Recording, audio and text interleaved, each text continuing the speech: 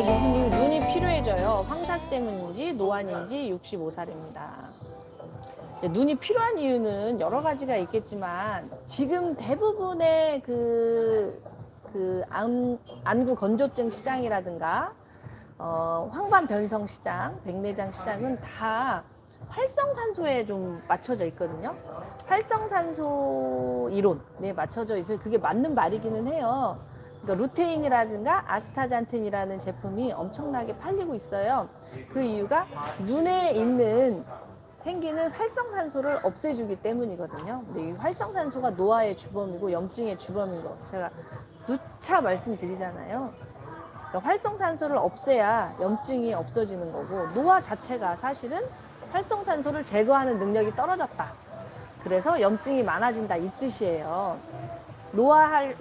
나이를 먹으면 왜 활성산소를 없애는 능력이 떨어지냐면, 활성산소를 없애는 것이 항산화제인데, 이 항산화가 효소예요, 효소. 항산화 효소. 근데 이 항산화 효소가 어디서 나오냐면, 물론 음식으로 들어오는 것들 있잖아요.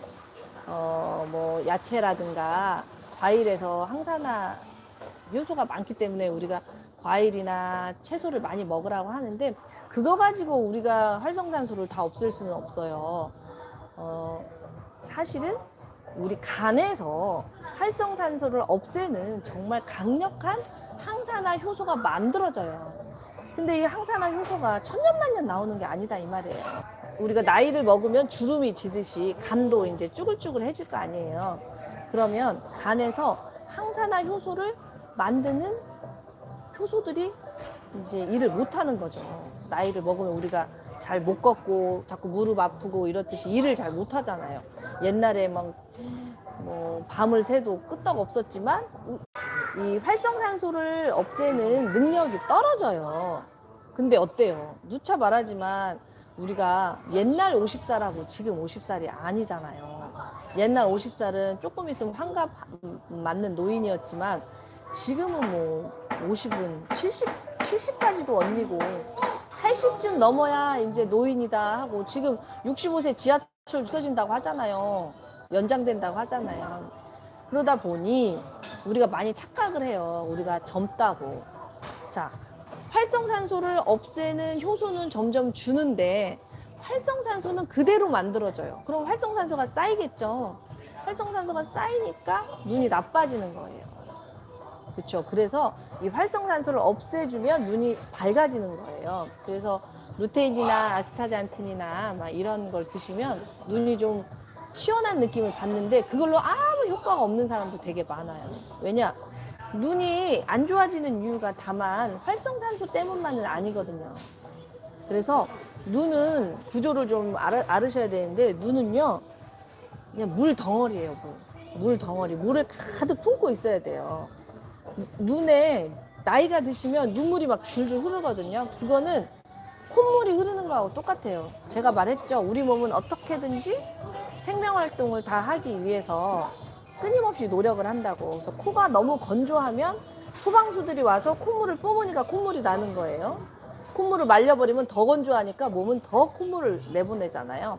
눈이 너무 건조하니까 우리 몸이 살려고 눈에 물을 보내는 거예요. 그래서 나이를 먹으면 시도 때도 없이 눈물이 나는 거예요. 그래서 눈에 이미 물이 많다면 눈물이 날 이유가 없어요. 그래서 눈을 촉촉하게 해야 되는데, 눈이 촉촉하려면 어때요?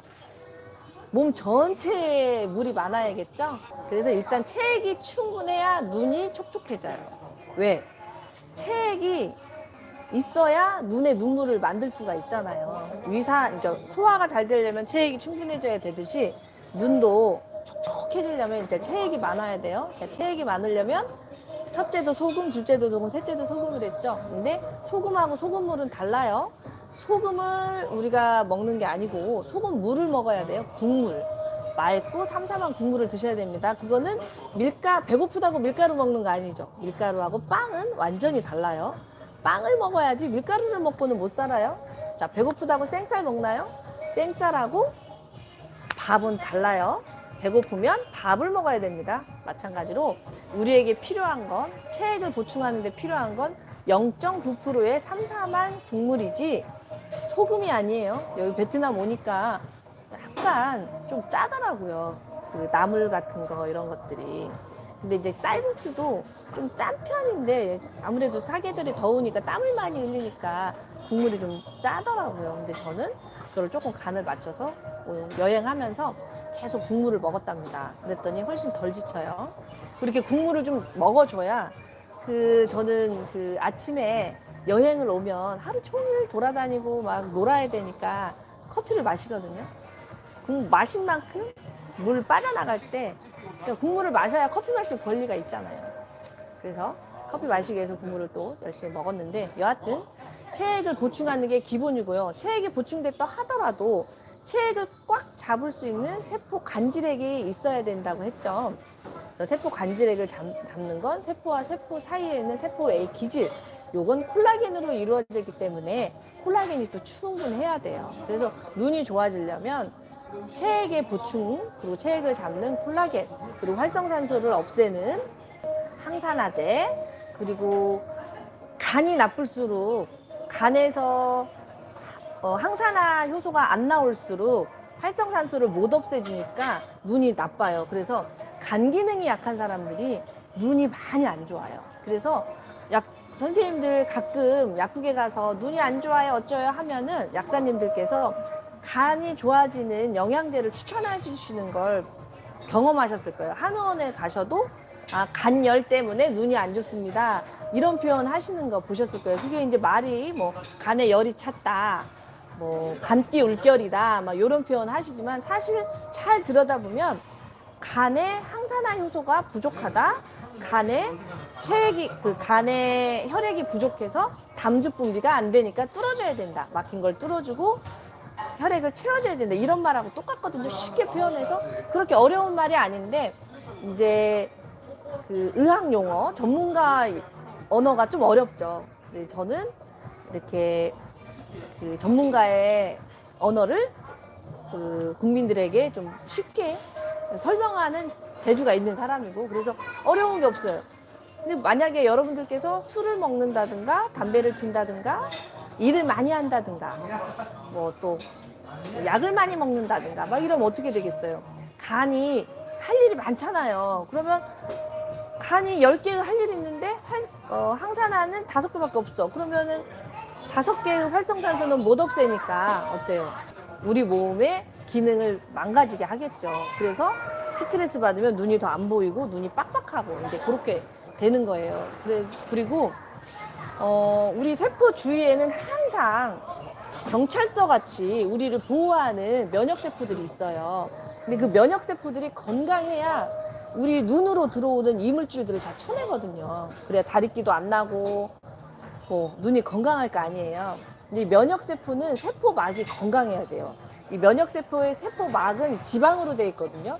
그래서 좋은 오메가3, 좋은 오메가6 이런 것을 또 먹어줘야 면역세포가 좋은 신호를 보내고요. 그리고 세포막, 우리 세포 안에 물이 가득한데 세포 안에 물이 증발이 안 되려면 지방으로 좀 코팅을 해주는 게 좋잖아요. 그래서 좋은 기름, 그러면서 몸에 좋은 그 물을 잡는 콜라겐도 먹어주고 항산화제도 먹어주고 좋은 기름도 먹어주고, 제일 중요한 거는 눈은 귀나 눈이나 콩팥, 뇌 이런 데는 아주 작은 미세혈관이에요.